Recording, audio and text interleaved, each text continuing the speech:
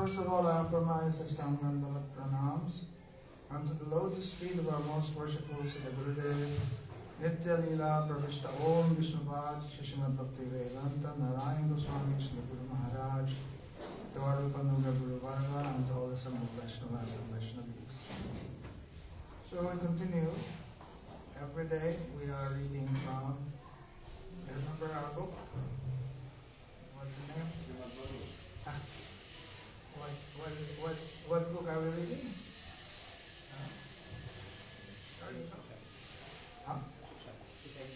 Chaitanya Shikshamrit.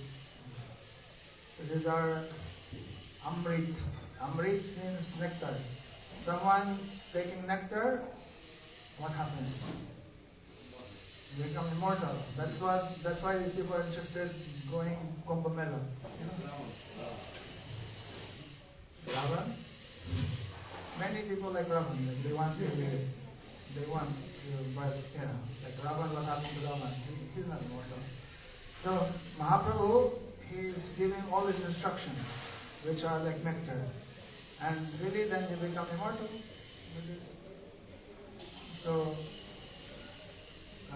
every day we're taking little. It's like baby, Bhaktivinoda Thakur giving us this is our food. So yesterday we were not reading, but in the previous classes, Bhaktivinoda Thakur, we are now in the section where first he was telling the ingredients of this nectar, no? You remember that? Remember? No? You were not here at that time? So there's ingredients of this nectar. No, what? You forget also. I remember where we stopped. Where we stopped? Where Prabhu was discussed with Mayawadi. Yes. Yeah, but first it's good to have some context of it. So we're telling, okay, what's the ingredients of this? So when we talk about the instructions of Mahaprabhu, he's saying these are collections of Mahaprabhu's teaching. So where did he take all this? Meaning that's the ingredients. So where? So where? Like if you, and he said mostly come from Srimad Bhagavatam, right? Chaitanya Charitamrita. You don't find pasanas of Mahaprabhu in Srimad Bhagavatam. Mahaprabhu is very hidden. Okay. Although definitely something there referring to him, but in Chaitanya Charitamrita, then it's everything there, and there you will see the pasanas of Mahaprabhu. So these teachings coming from like when he was for 24 years in Navadvip as householder, then he was like by practice, and with the devotees, they're relishing Harinam Sankirtan. So teachings about Harinam is all there. Then when he took sannyas, then very, very important instructions were there. So I'm using his different associates. So what are some examples? There's Rai Ramananda Samvad, that is between Mahaprabhu and Rai Ramananda. They had conversation, and so many important instructions are there. What else? In Rup Shiksha, Sanatan Shiksha, Rup Shiksha, that is with Rupa Goswami, Mahaprabhu for 10 days giving instruction to Rupa. Where? In Prayag. Prayag, you know this place, Prayag? In Allahabad. Prayag is Allahabad. Allahabad is the new name. When the Muslims came, they don't want to use these names. They using their own like Muslim like names, Allahabad. So Prayag, that is the famous place where Ganga and Saraswati and Yamuna, like they meet. There's a Sangam there. So that's Prayag. Then in Varanasi, then Mahaprabhu giving instructions to whom? Sanatana Goswami for 2 months there in Varanasi. Also in Varanasi, he gave very important instructions to Prameshananda Saraswati. So like now, like you're telling, that's where we stop. Mahaprabhu met with all this group of Mayavadis. Their leader is Prameshananda Saraswati. So Mahaprabhu humbly, he just sat down in one corner, did not even take an asana, he just sat down. But he has this effulgence and everyone like noticing him like this.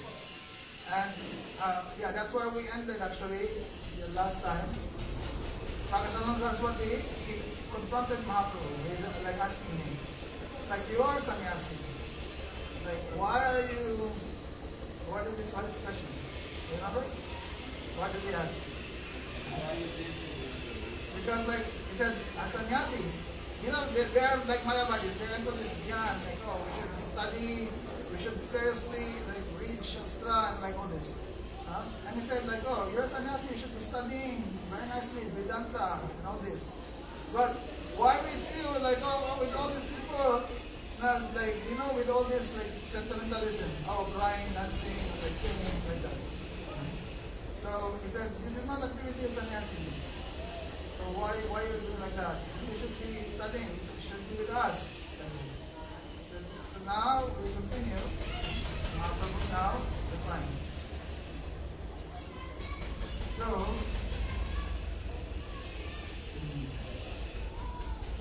here, I'll just quickly repeat what the last part you read. He said, Prakashananda said, you are a sannyasi. You should study Vedanta, shunning all singing and dancing. You should meditate upon Brahma. However, you are not doing any of this. Indeed, you are doing exactly the opposite. Why is this? It is completely improper for a sannyasi to constantly dance and sing like a maddened sentimentalist. And really, like, you know, if you think about it, sannyasis, they're very grave. You know, they're very grave. And yeah, like that. Like they're considered like a leader of society. But then, like this, like someone who's like singing and you know, like these are activities of like little kids or like mad people. So Mahaprabhu, with great humility, replied. So this is where we ended. This is actually Adilila of Chaitanya Chaitamrita. He said, Prabhu ko hai shunna shripad ihala karam guru mole mukha dekhi korila shashan mukha tumi tumhara nahi vedanta adhikar Krishna mantra japa sada e mantra sar Krishna mantra hoite hobe sam samsara mochana Krishna nama hoite pave Krishna rachana nama binu kali kale nahi aro dharma sarva mantra sara naam e shastra varma eto bole eko shloka shikhai le more kunta kori e shloka kori ham vichare.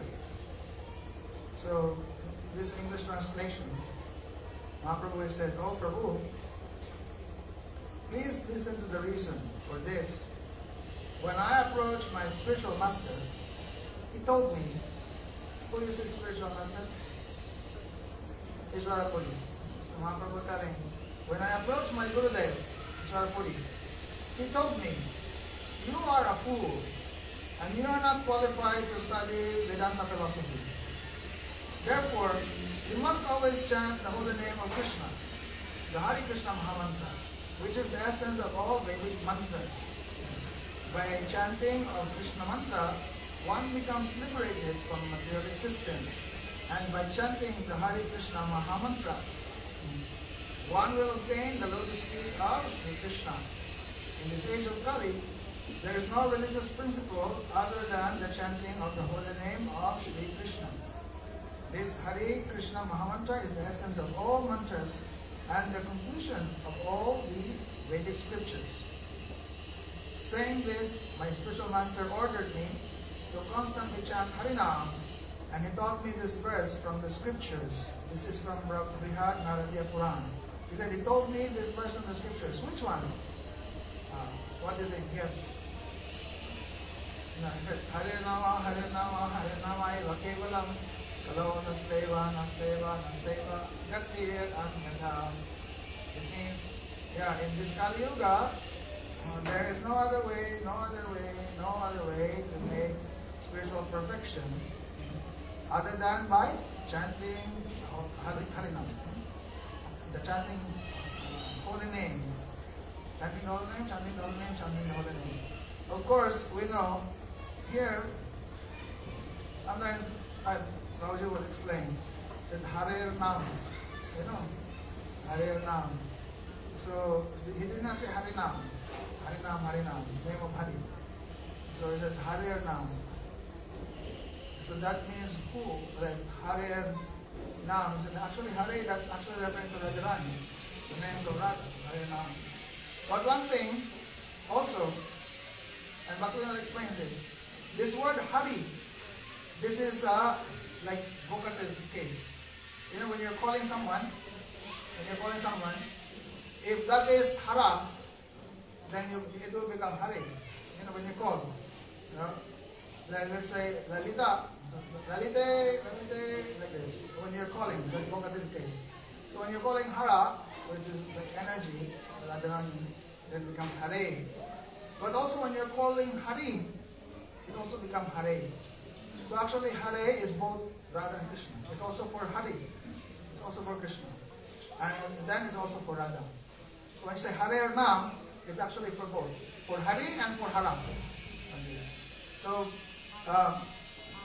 chanting of these names of Hari or Hara is Harinam, Harinam, Harinam. This is the only way in this Kali Yuga. Not this tapasya, not this what other yoga. So before reading this, Bhaktivinoda Thakur, if you remember, he gave a short summary of the process. Based on Rupa Goswami, like how you progress. Remember that? Because he was telling, okay, let's say if you remember, he was telling the ingredients of this book are those teachings. From Rayana Sambad, Dhruv Shiksha, Sanatan Shiksha, his conversation with Prakashananda Saraswati, conversation, who else? With Sarvabhauma Bhattacharya and many others. But then he said, okay, these are all taken from Chaitanya Charitamrita, right? And he said, what is the foundation of all these teachings? What is the foundation? Yes, that the only goal is this Krishna prema. The only dharma of the Jiva, our real position of the Jiva is really servant. We are the servant of Krishna, like this. We are eternally the servant of Krishna, like that. So now, why did I mention that? Oh, here, this, he said, for spiritual progress, spiritual perfection, only chanting Harinam. Okay, so now, I was telling that Bhaktivinoda Thakur, he said, oh, what is our process? A servant of Krishna, attaining this Krishna prema, we do this Bhakti, right? So he said, oh, there are stages of Bhakti. Okay, it begins with, like according to Rupa Goswami, Shraddha, that we discussed last time, Shraddha, which is actually the result of what? The result of accumulation of Sukriti. Accumulation of Sukriti. Which type of Sukriti? Bhakti Sukriti. So, not just any Sukriti. Otherwise, some people will conclude that, the cause of Bhakti is Sukriti, meaning karma.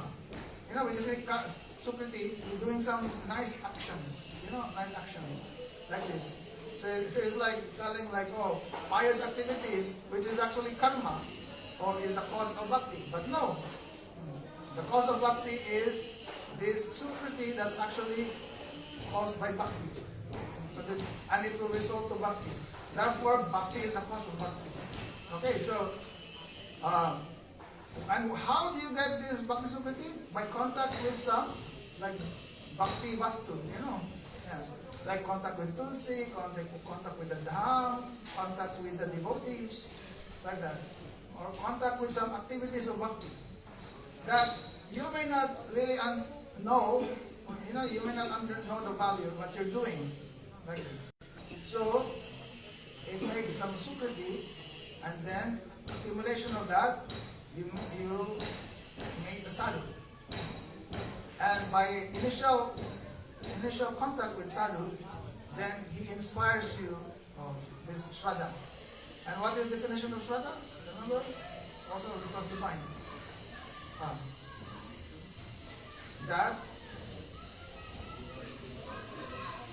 That when you do bhakti, everything else is like performed. You don't do anything else. So like right now, Hare Nama, Hare Nama, Hare Nama, Kevalam. Kalon Hastaiva, Hastaiva, Hastaiva, Gati Ranyata. Is that like for the highest perfection, attaining your Gati, like this. Only Harinam, only Harinam, only chanting Harinam. In this age of Gati. So he said, no other way. There's no other way. So this is like an expression of that faith. That like really, if I do bhakti, there's no other activities. Like all other activities are fulfilled. I don't need to do any other thing. Okay, so we have all these many duties, but if you do bhakti, all these duties are satisfied. You have duty to your country, duty to your parents, duty to your family, like this. Duty to the government, duty to the demigods also. Okay. But they're all servants of Bhagavan.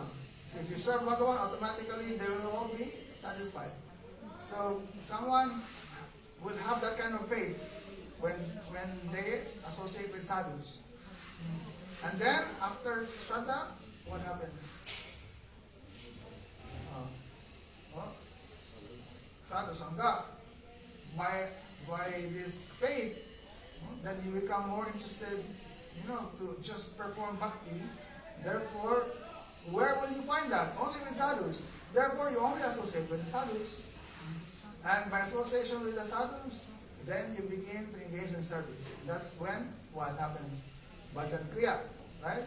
Ado Shraddha, Tato Sadhu Sangha, Bhajan Kriya. Then, does that mean your Shraddha finished?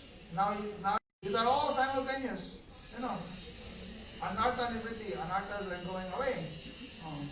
And therefore, your Shraddha becomes more complete. And that is what you call Nishtha. So, Nishtha. Then after that, Ruchi. Nishtha, Ruchi. What's the difference between Nishtha and Ruchi? Yes. In Nishtha, you're fixed. You're doing your activities, but no taste yet. When Ruchi comes, really, now you're actually experiencing like taste in all your activities. Ruchi. Then after that, what's the name? Asakti. Asakti means deep attachment. Actually, so don't think that, okay, after Nishtha, then you leave Nishtha, then you go to the next one, like Ruchi. No. Everything is part of that. Everything is part of that. So with Ruchi, that actually means Nishtha, now with taste. But then more than that, this taste becomes so, condensed now, that now like so much attachment is there. Like this. That, okay, now you're beginning to taste, but now you don't want to give up the taste. You always want this taste, like this. You're so attached to the taste now, like this. And attachment to the taste does not mean just attachment to the activity, but attachment to the object of your activities, meaning really to Krishna. Now it's there. So that is the stage of asakti. That's the difference.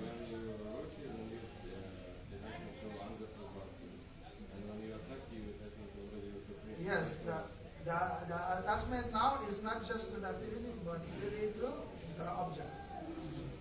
And then after that, then what's next one? Bhav. So now it is said that Bhav, in Bhav, that is really now you begin to taste a ray of this prem. And now you are actually situated on actual, like real love. Before it was an abhas. It's an abhas. So from Shraddha, these are actually rati, but fragments of this rati. And this From this Radha, it becomes more and more complete, and it becomes complete, it becomes Rati. That's a unit of praying, like this. And from that Rati, then you can become to enter into praying. So, now back to our, here Mahaprabhu, he replied to Prakshana Saraswati. Because that's where Prakashananda, he was asking, why you're all doing all these sentimentalist activities, singing and chanting? You're a sannyasi, you're supposed to be studying. And said, the reason is, this is the order of my guru. And really, this is the best answer.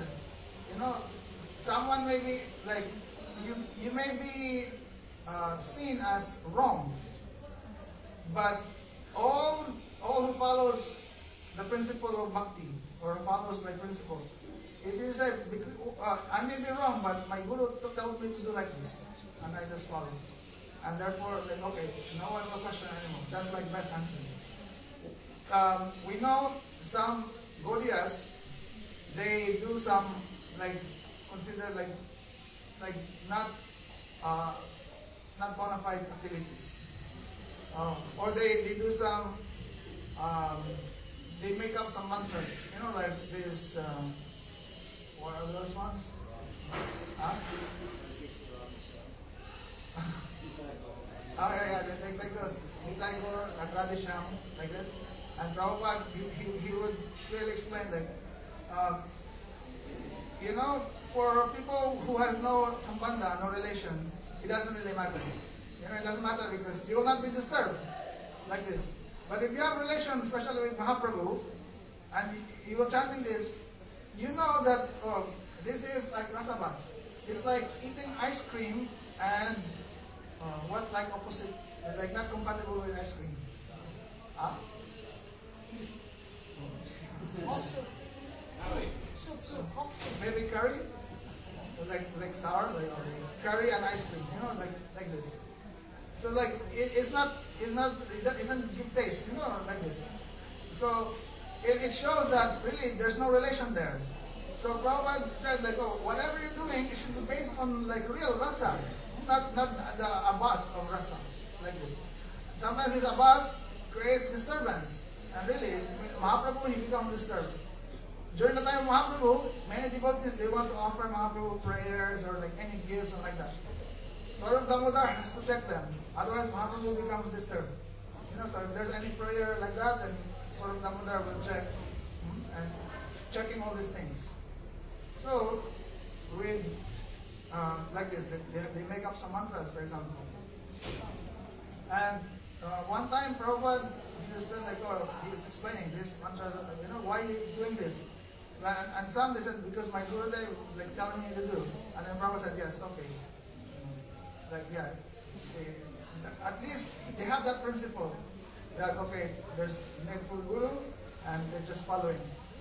But then later on, they will have to find a bona fide Guru, you know, but at least some principle is there, like that. So Mahaprabhu was telling the same. My Gurudev telling me like this. Actually, my Gurudev, he said, you are foolish. You are fool. You cannot understand Vedanta. He said, best, now, you just chant this Krishna mantra I'm giving you, and this Harinam, this Mahamantra. So like two things there. You know, that's why when Guru gives you initiation, there's the first one, they say Harinam. Then second is the Diksha. In Diksha, they give you also all these mantras, all the Gayatri mantras and things. So it's not like only Harinam. Before I came to Gurudev, like we have our community of Vaishnavas, we were not taught about these things also. We were just taught like, oh, Diksha is when you get Harinam. That's like what we were we're following. And so like we were not so concerned about getting the Diksha mantras like that. But we can see from the teachings of our Goswamis, like even in Manashiksha, what does it say about that just Harinam is not enough? You have to have love with mantra also. And that's there, no? Golo, Goste, Gostalaishu, Sujane, Busuragane, Swamantri, Srinamni. It's mentioning you should develop this love for First the Guru, Goshte meaning the holy Dham, Goshte, Gostala Ishu meaning the residents of the Dham, meaning the Brijbasis. Not the Brijbasis like someone just like physically living in Braj. Monkeys are also there that's stealing like this. But real Brijbasis meaning the associates in Goloka Vrindavan, those Brijbasis. Then next one, Sujane. Sujane. Su referring to like very special Jan, very special people. And who are they? The Vaishnavas. They're not ordinary people. The Vaishnavas, they're connected to the eternal world. Like this. So next to the Brijbasis are the Sujane, the Vaishnavas. And then Bhusura. Bhu, earth, Sura. Sura means, you know, the opposite of Sura is Asura. You know Asur. Asura means demon. So then the opposite of Asur is Sura. Sura means demigods. So the demigods on earth, Bhusura. Who are the Bhusura? They are referring to the Brahmins. The Brahmins. So like you love the Vaishnavas and then the Brahmin community, the Brahmins, Bhusura Gane. And then I said Swamantre, Srinamne. And also have very strong love to your Diksha mantras. And then also to Harinam, like this. And then to Radha Krishna. The shelter, the shelter of the Lord's feet of Shri Radha Krishna. These 8 things, the very first instruction of Raghunath Goswami to his mind. Like this. So, Mahaprabhu is telling like that. My Gurudev is telling me I'm foolish. And this is, if Mahaprabhu is foolish, how much more for us? You know, so this is like actually giving us hope. Like how is understand in Kali Yuga especially, and especially for many Westerners, we don't even know Sanskrit. We have no all these samskars of like the Vedic system and like that. Like we are foolish. So then, how is it possible to have this perfection spiritual life? So Mahaprabhu also telling, oh my Guru is telling me I'm foolish. I cannot understand Vedanta. He said, no, best I just chant, I just take shelter of this mantra that he's giving me and Harinam. And then he taught me this verse. Harinama, Harinama, Harinama Iva Kevalam, Kalama Steva, Nasteva, Nasteva, Gatirandata. That in this age of Kali, there's no other way, no other way, no other way for spiritual perfection. Only chanting Harinam, chanting these holy names. 3 times he's telling. So, Mahaprabhu said, since I received this order from my spiritual master, I chant Harinam at every moment. So he followed order of Gurudev. By constantly chanting, I became so bewildered that I completely forget my bodily identity.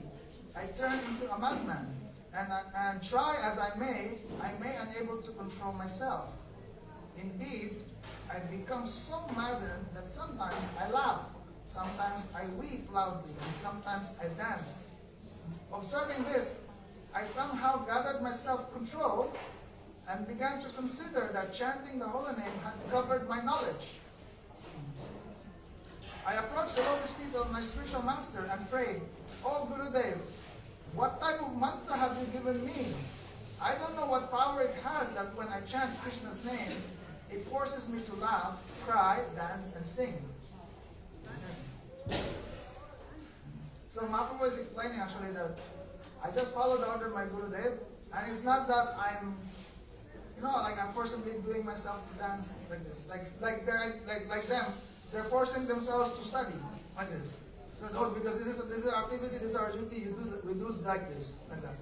So he said, I'm just following order of my Gurudev, and actually what happened, I just become uncontrolled, and then I become like mad. So then what happened? Then he went to his Gurudev and asked Gurudev, what type of mantra did you give me? So hearing this, my spiritual master became very pleased and said, "My son, this is a matter of great joy.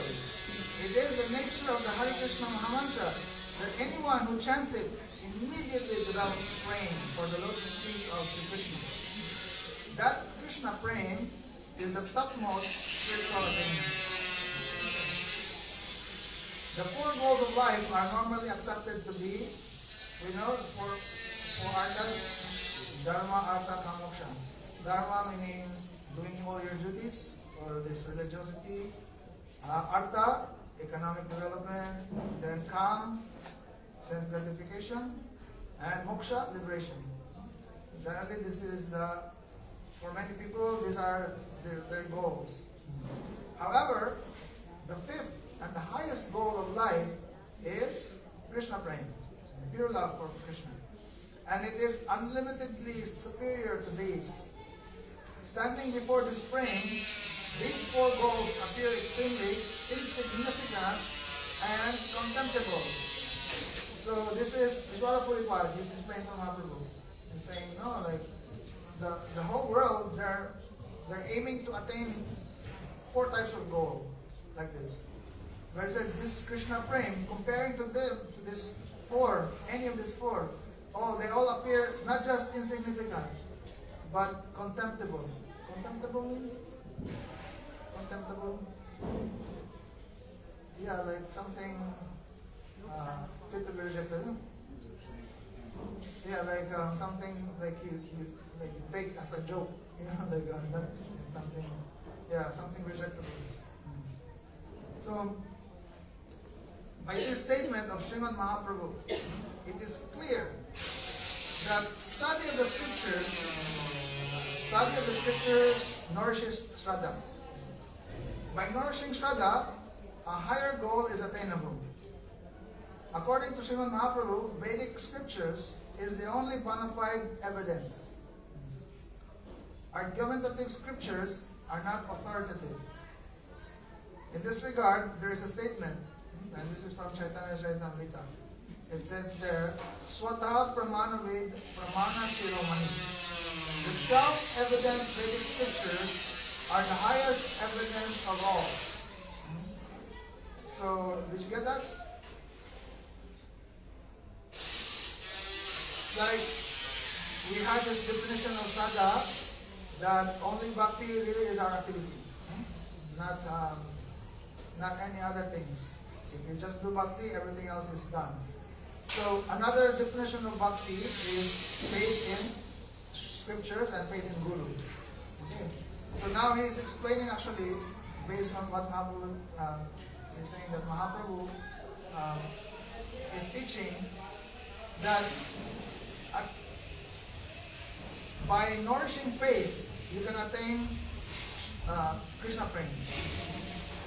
Because we know, we have already explained that it all begins in Shraddha, right? So this Shraddha has to be nourished.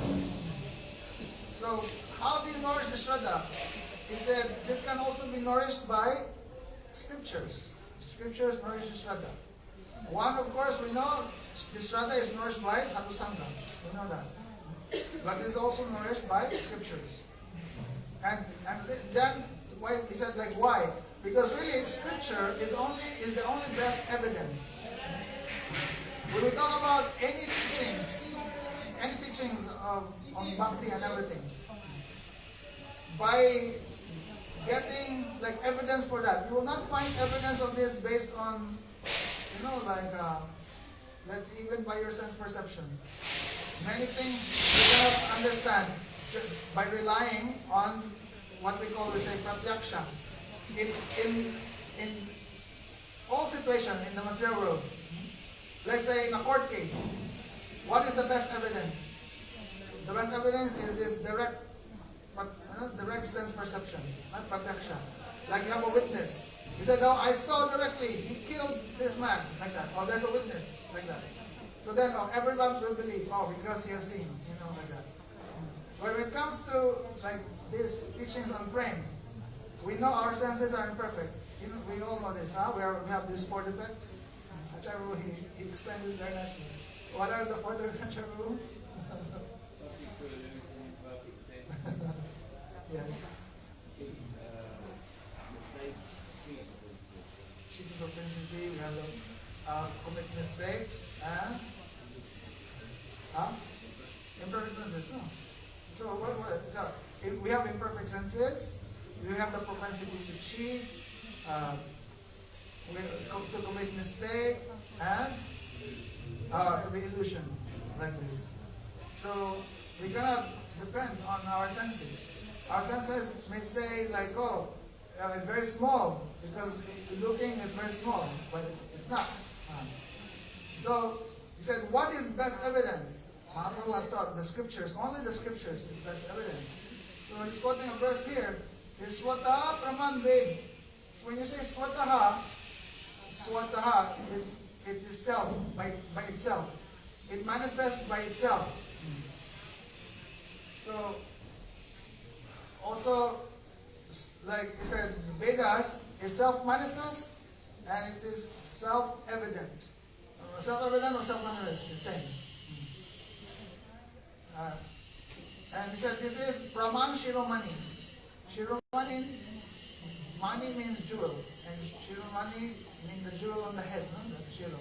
Meaning the best, the main jewel. So the main evidence, the best of evidence, is the self-evidence. That is the Vedas.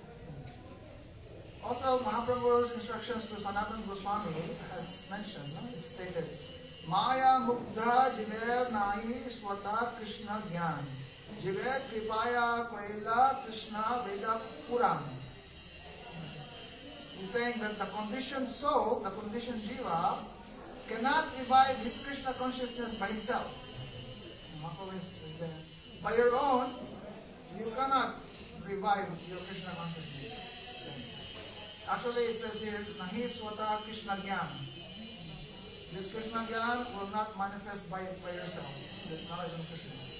Because of this, out of his costless mercy, Krishna gave us the Vedic Literatures. These literatures are known as the 4 Vedas and their supplements, the 18 Puranas. So, now Bhaktivinoda Thakur, he said, it is clear that there are 2 types of Shraddha. Okay, so now he's explaining everything about Shraddha here. So, he said, for Shraddha, there are 2 types.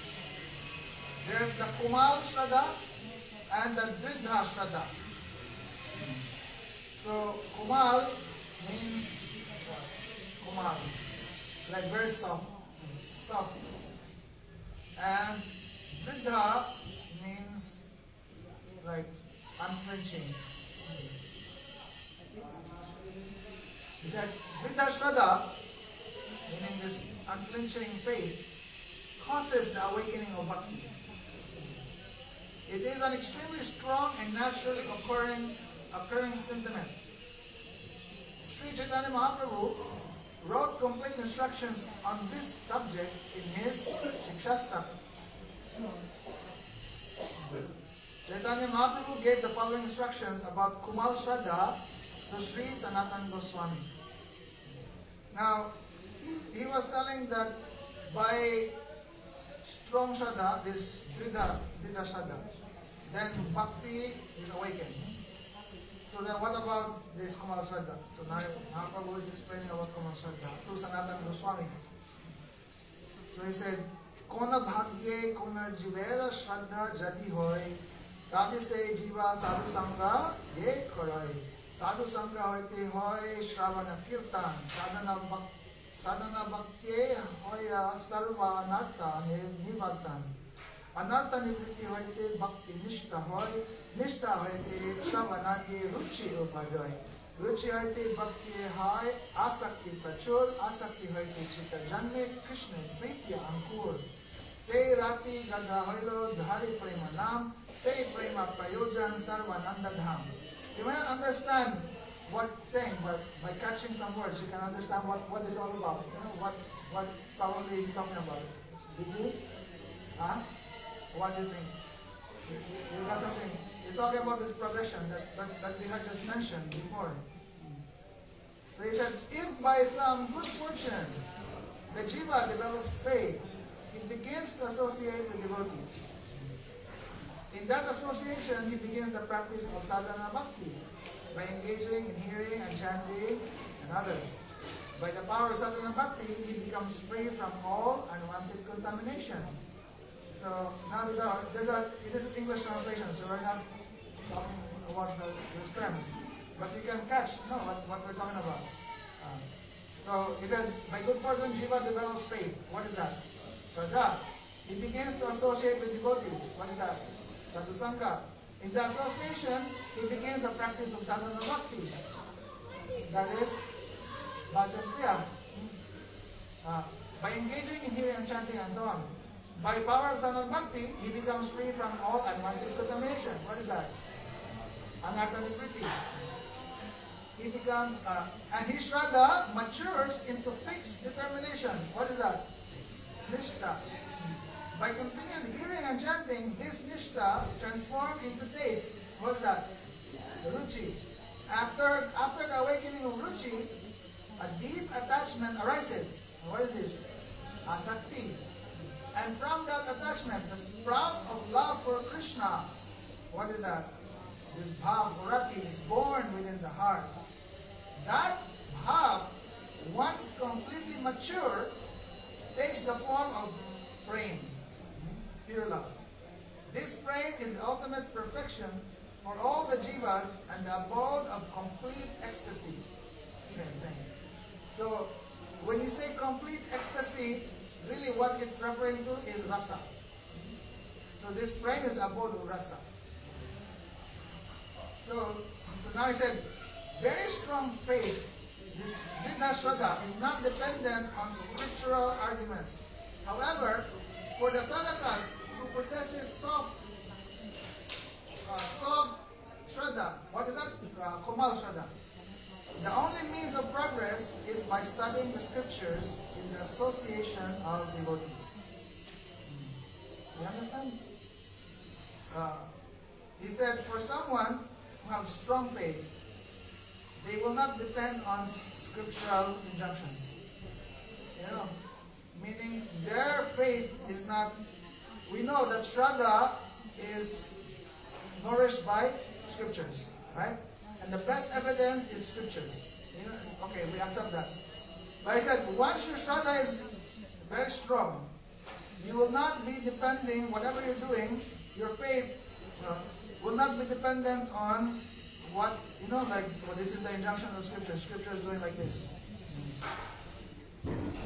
But he said, for those who have weak, like Shraddha, then, he's saying, for sadhaks who possess Kumal Shraddha, the only means that they can progress is they should study scriptures in the association of devotees.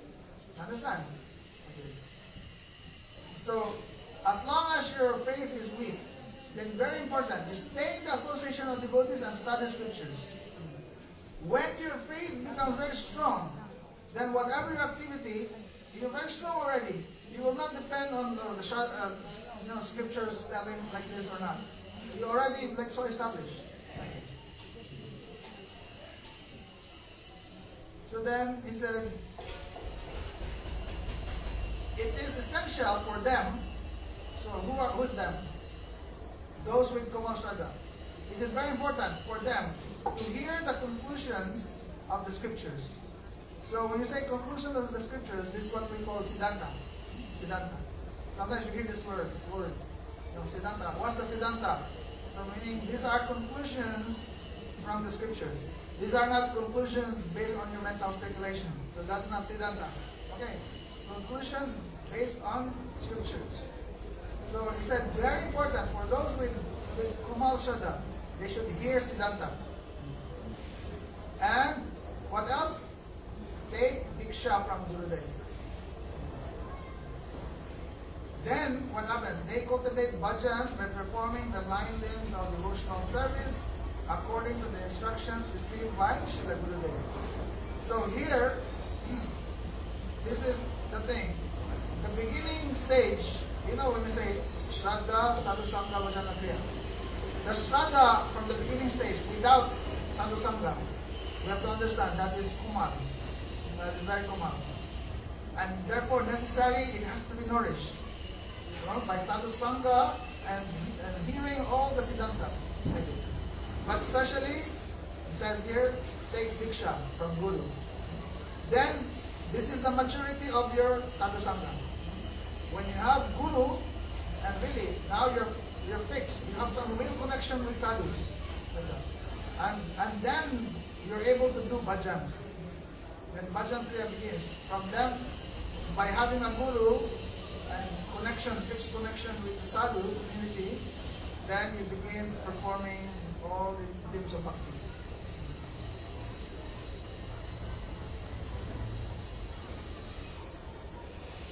Only by this process can the sadhaka progress through the different stages leading to perfection. So he said, only through this process, no other means. So what is that again? He said, you have to develop your Kumal Sadhatu strong. How? Sadhu Sangha. By Sadhu Sangha, learning all Siddhanta. What else? Taking Diksha. So very important. You cannot say like, I don't need Diksha. I only need Harinam. Like this. Or sometimes you say, no, I don't need Guru. I will just read scriptures. I will just read Shastra. Like this. You may have Shraddha already, but that Shraddha is Kumal. It won't become very strong. Necessary, he said, the only way to really progress, to go through the different stages leading to perfection. He said, you have to go through this process. You have to accept initiation, learn all the Siddhanta, engage in bhajan, and in this with sadhu sangha, like this. For such a sadhaka, there are 10 fundamental teachings. And this is what we call the Dasamul. There are 10 fundamental teachings. Proof or an authoritative source of true knowledge is the first fundamental teaching. And there are 9 objects of proof. So he said, okay, so now he's talking about you have to learn all Siddhanta and everything. And especially this book is teaching about all the teachings of Mahaprabhu. So now he said, for the sadhaka, you have to know there are 10 teachings. Very important. He said, the first of these 10 teachings is Brahman Tattva. The truth about the real evidence. Because this is the thing. When you're teaching something, how many teachings you have. For you to make sure that people will have faith that and accept your teachings, is that first they will know where this teaching is coming from. What is your evidence? And really, in a way, we're also telling them, if someone is trying to teach you something, then first you find out, you don't want to waste your time listening to all these things and then later on finding out like, oh, where is it coming from? And this man telling me like this. You don't even know who that person is. Not clear evidence. So, he said, first of the teaching is the evidence. Then the Praman Tattva. Then he said, of the 10, the rest are the actual teachings, the Prameyas. So there's the Praman and the Prameya. The Prameya meaning they're the teachings based on the Praman. So he said, these Prameyas are the subjects that are established or proven by the system of Brahman. Is that devotees who have self-manifesting, unflinching faith. Unflinching faith meaning Tridha Shraddha. He said, those devotees with Tridha Shraddha do not depend on any type of Brahman. Because now they have so much faith. It's like they don't depend on any type of Brahman. Simply by the sadhana of chanting the holy name, all the 9 prameyas awaken in them automatically. This is by the mercy of the holy name. You understand? Now, if your Shraddha is Kumal, like not strong, then you have to have evidence for everything. There's all these teachings. It's like, what is that? Like this. You have to know everything like this. Now, he said, those who are like really fixed in their sadhana now, they have very strong faith. He said, now he's saying here, they do not depend on any Brahman. They just simply chant. And by the mercy of their chanting, they actually all these teachings naturally awaken in their hearts. They naturally experience them. And then they'll naturally be convinced this is true. I experienced this myself. You know, like this. So he said, it is vital for sadhakas who possess soft and pliant faith, the Komal Shraddha, to follow and understand the system of Brahman in order to come to the correct conclusion. Okay, so, and it is for this reason that, okay, this is the first thing we teach, the Brahman. Because we're dealing with the people with soft faith. So, and we cannot tell people like, oh, you are so faithless, just believe like that. No, we also teach them like everything is founded really on real knowledge also. So for them, the Vedas, which illuminate the glories of the absolute truth, are the only bona fide Brahman. So that one we teach to them. In the absence of Brahman, the devotees will accept bad association. So this is what happened. In the absence of the real authority to accept as evidence, without that, then you will accept the other bad association. So that's what happens.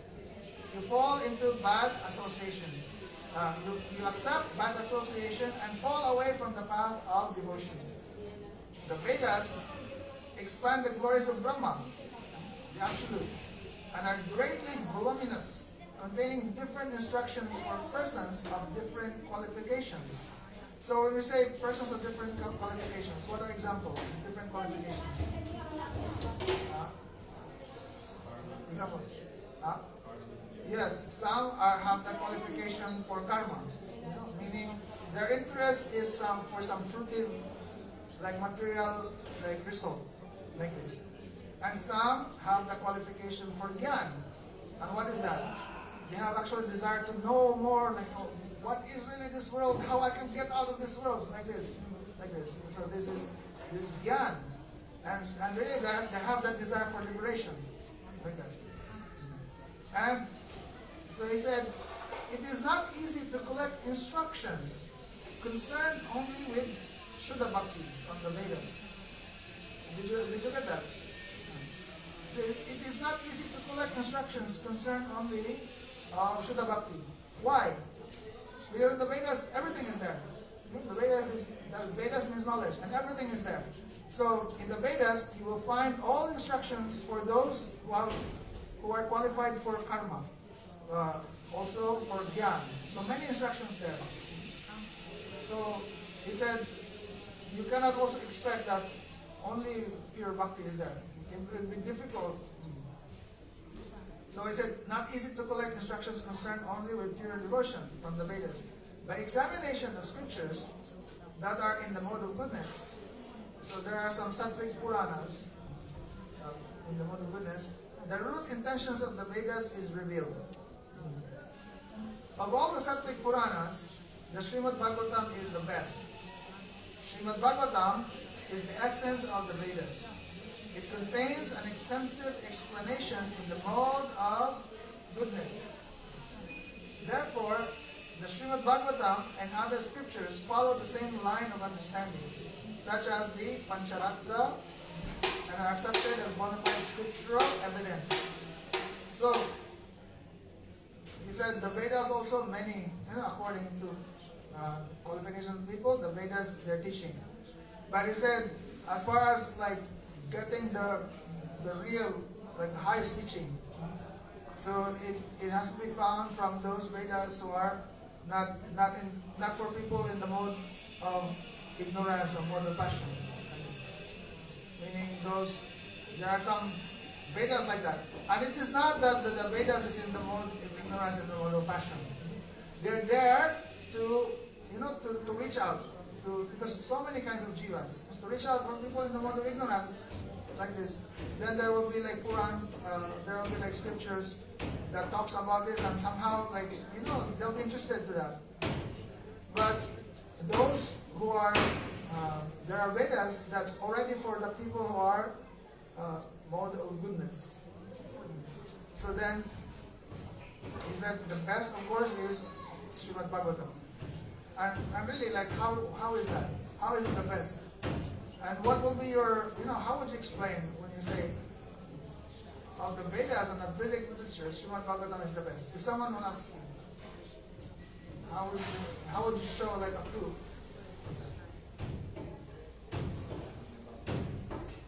Yeah, like, but then, yes, you do like that, but then something like very, like strong evidence that, this is the highest. Then you can mention that who wrote, who manifested the Bhagavatam? Who manifested the Vedas? Who? That's Srila Vyasadeva. No, Vyasadeva, he manifested the 4 Vedas.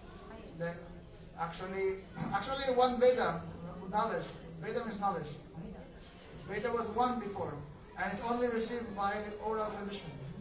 And it's only in Kali Yuga that necessary to be written, because in Kali Yuga, his memory is very short. So it has to be written like that. And so then, who did this project for writing like this? That is Vyasadeva. He hired Ganesh, to write everything. So Ganesh was a scribe. So first, there is the 4 Vedas, but then more manifest the Mahabharata also, the Puranas, like this. Even Vedanta Sutra, even the Vedanta Sutra, which is like these are like, he has written so many things, but then he made like a code. It's like if you're a teacher and you have a lot of subject matter, then how will you teach that? You have a lesson plan, wherein you just list like outlines, like a code of your lessons. So then based on those codes, then you can explain like, you can expand like teachings like that. Vedanta Sutra is like that. And they are just code, Sutra means like codes or formula like this. So, but then even after writing these things, he was not satisfied.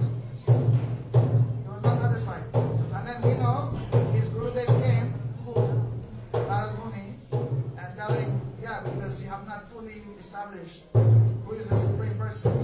And really like his true nature, like that. And so then, what happened? He manifested that Srimad Bhagavatam. And only after he manifested Srimad Bhagavatam, then he was fully satisfied. So this shows that really, like everything else, like is not enough to satisfy. Only Srimad Bhagavatam. And why is that? Because only Srimad Bhagavatam, he revealed the original rasa, like the original loving relation in the highest like existence in the spiritual world between Radha and Krishna. Like this. And he completely explained that like the Swayam Bhagavan, really, the original Supreme Person is Krishna.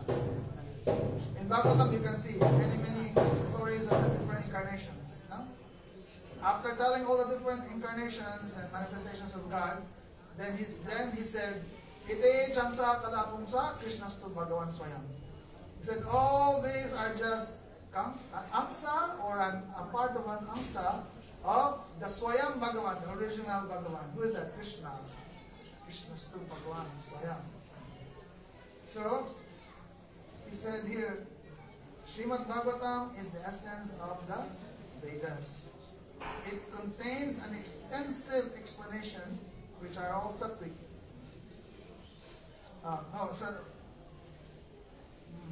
In his instructions to Sri Sanatana Goswami, Sriman Mahaprabhu said, the Vedas contain a direct explanation of 3 subject matters. So the Vedas contain explanations of 3 subject matters, which is also the 3 subject matters really. If you have to explain our philosophy, it's the same. 3 subject matters. You know all this, no? What are these subject matters? Sambandha, Avidya, Prayojan. So he's saying, when we talk about Sambandha, we're talking about relationships. So what are the subject matters in Sambandha? That actually talks about who are you, who am I, like this. What is this world? that means the discussion of Maya Tattva. When you say, who am I? That's discussion of Jiva Tattva. Who is Ishvara? Who is God? Like that. So what is that? That's Bhagavad Tattva. Like this. And then, now, discussing or explaining what are the relationships, in there, between, like that. So in the discussion of Sambandha, this is a big discussion. So that's one. What's another subject matter? It's called Abhideya. So when we say Abhideya, what is that? Abhideya meaning activities. Activities based on that Sambandha.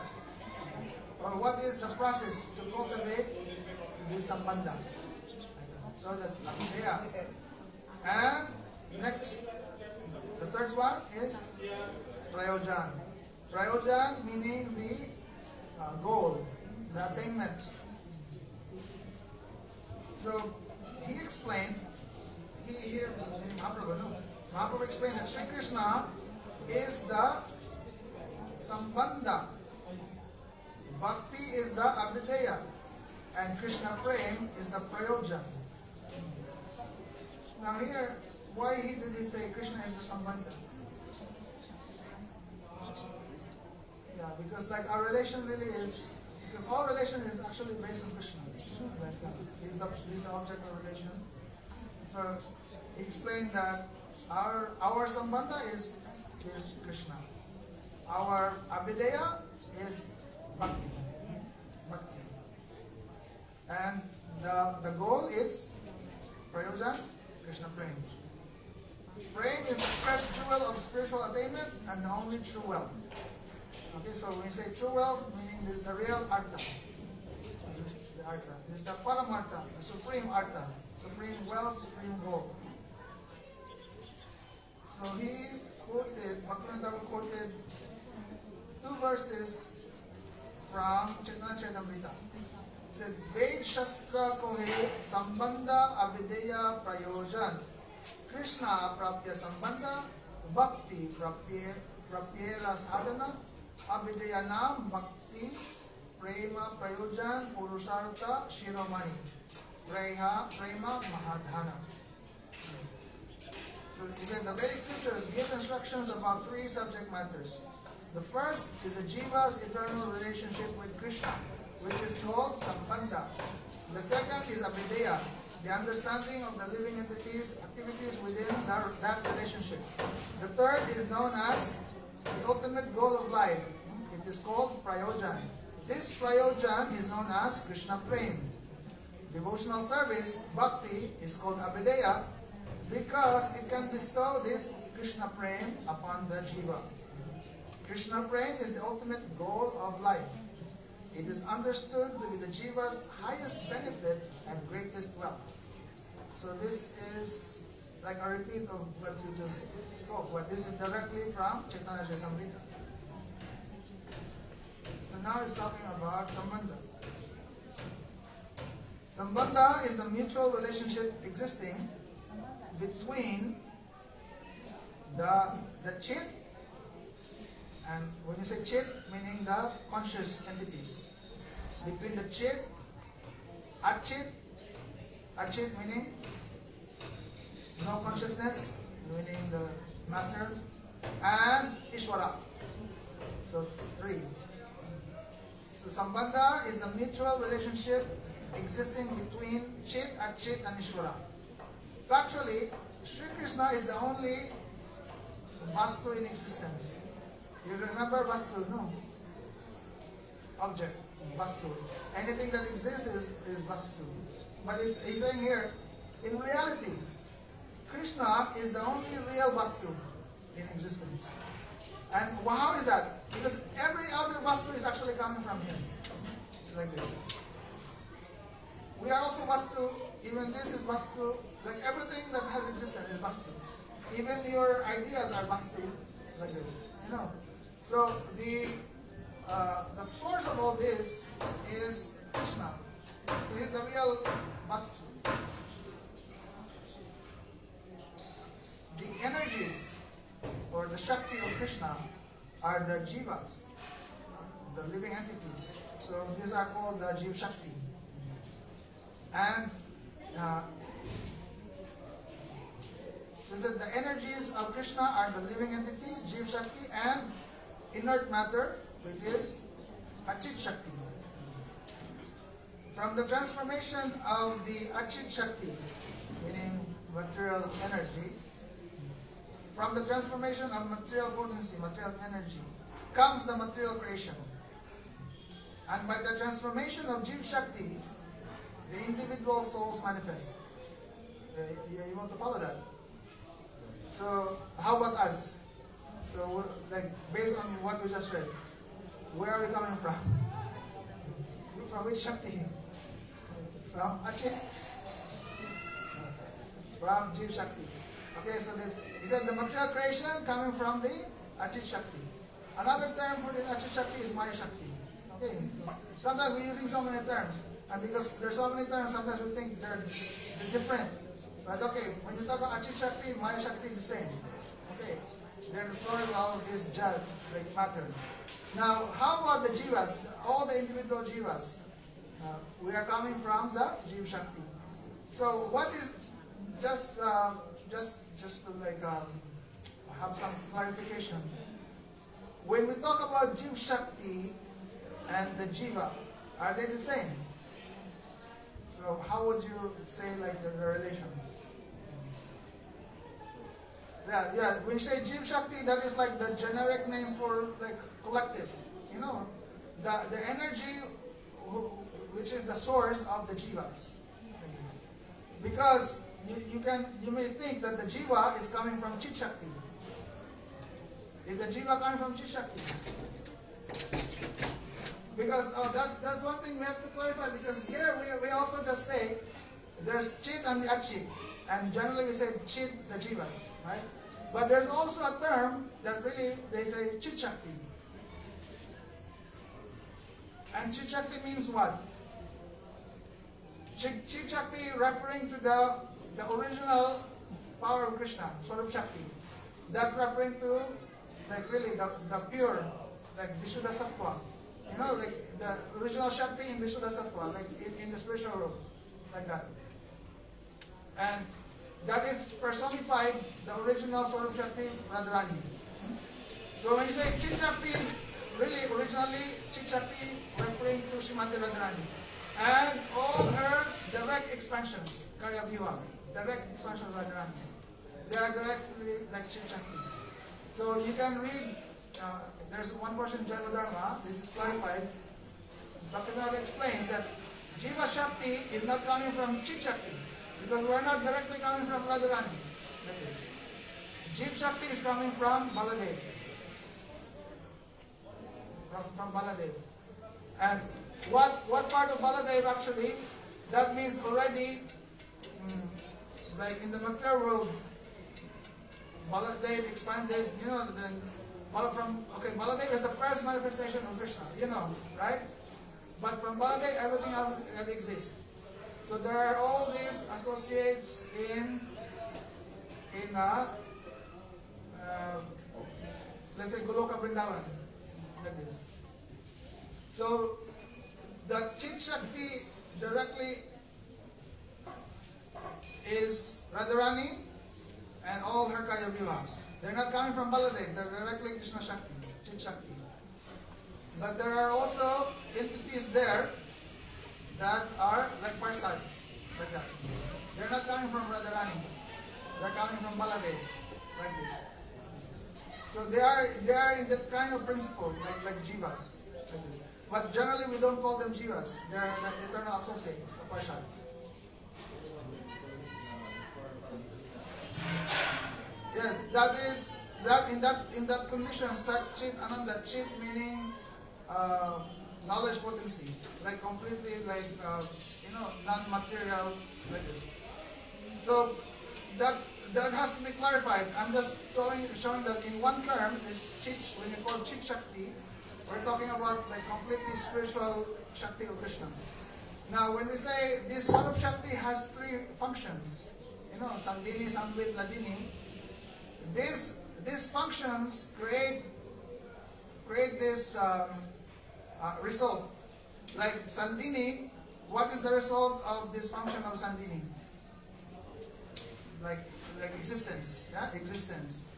The function of Sambit is like knowledge. Then you understand, like you understand all relation like this. And the function of Ladini is result in happiness, bliss, like that. So these three departments, they are used to define, the nature of like the spiritual world, like spiritual existence, like this. So is that Krishna? He is the manifestation of Sat, Chit, and Ananda. Like that. By the functions of this sort of Shakti's like activities, then you will know Krishna. He is the very manifestation of that. Like this. So Sat means eternal. So Sat means eternal. This is a description of when you realizing Sandini Shakti, Sat. Then Chit means they translated in English into cognizance or knowledge. And really, what does it really means? Because words are limited. That's a problem here. We're talking about spiritual subject, and we're trying to like capture that in certain words, which in many ways it's difficult because words have limit like that. And this is what we see now. This is an example. That we're using some terms that sometimes have like unclear, like if not clearly defined, then it creates confusion. Like this. Yeah. So like for example, this Sat Chit Ananda. So Sat means eternal. Chit means they all say like full of knowledge, or meaning conscious. Have some cognizance, that ability to know, like this. Sat, Chit, and Ananda, always happy, like happy. So this is the condition of someone experiencing the activities of Swarup Shakti, or someone like experience, like where there's the flow of these activities of Swarup Shakti, and that this is the situation. So the Jivas potentially is in this condition. But right now, in the material world, we're not fully experiencing the fullness of this. Some aspect of existence is there, but it's temporary existence, right? Some aspect of Chit is there, awareness, but our awareness is based on this material knowledge only, like this. And some aspect of happiness is there also. But here in this world, that happiness is very like limited, like that. So that Chit, that's only referring to that aspect of function of Shakti for knowing, like knowledge. But there's the term I was just telling, the term Chit Shakti, generally what it specifically means, there's a specific like definition for that, Chit Shakti, referring only to Srimati Radharani and direct expansions from her, like that. So when we talk about the Jivas, like especially as the conditioned Jivas, we're never coming from, directly from Radharani. We are coming from, also, see, Swarup Shakti has transformations. So he said there's the Chit Shakti in the material world, in the spiritual world, but then this Swarup Shakti manifests Maya Shakti. And what is that? This material world, completely like the opposite, like temporary, no life. But then there's a special type of manifestation of Shakti that has the ability to go, to go on both worlds, like this. In the Chit world and the Achit world, like this. That's the speciality of the Jiva Shakti. They have that qualification to, like those who are in the eternal world, in the Chit Shakti's realm, they cannot go to the Maya realm, like this. They're always there, like that. But the speciality of Jiva Shakti is that they can have access to both. So in a way, we're lucky. Okay. So now, so when we talk of the Jivas, we said that we're coming from Jiva Shakti. So Jiva Shakti referring to Baladev. So now there is this this material world. The material world manifests from who? Mahavishnu. From Mahavishnu. So Mahavishnu is already how many times expansion of the coming from Baladev? So from Mahavishnu, then all these different like Jivas like are manifested. So this Jiva Shakti is like coming from like Mahavishnu. So that is the situation of Jivas who are we also call Tatashta Shakti, meaning in the middle.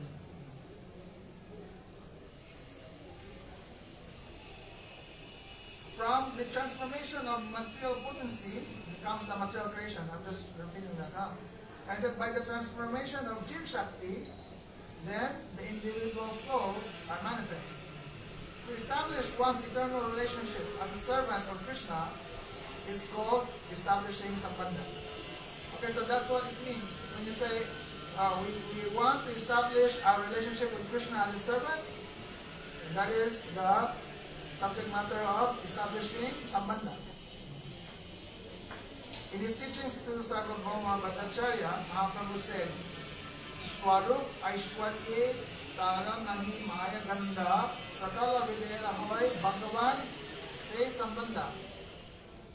The Supreme Person is full of all transcendental opulence, which are free from any touch of the contamination of the material world. Did you get that? This is about understanding the position of Bhagavan. This is an aspect of Sambandha, knowing who is Bhagavan. He said, Bhagavan, Supreme Person, he is full of transcendental opulence. So we know opulence, like glories. His glories are transcendental. His wealth is transcendental. These opulence are free from any touch, any contamination from the material world. Meaning completely spiritual. Okay, so that's completely cheap, like in the cheap world.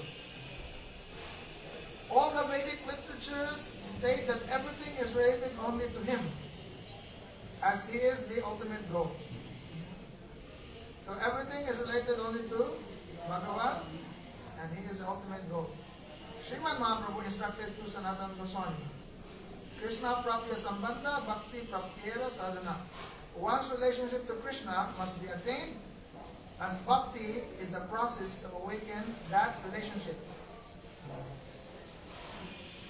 So he said, Sambandha Tattva includes 7 prameyas. So now we're talking about, there are 10 teachings, right? The first one is Praman. And there are 9 prameyas, 9 teachings. That makes 10 teachings. Okay, you got that. You need to remember, 1 plus 9 is 10.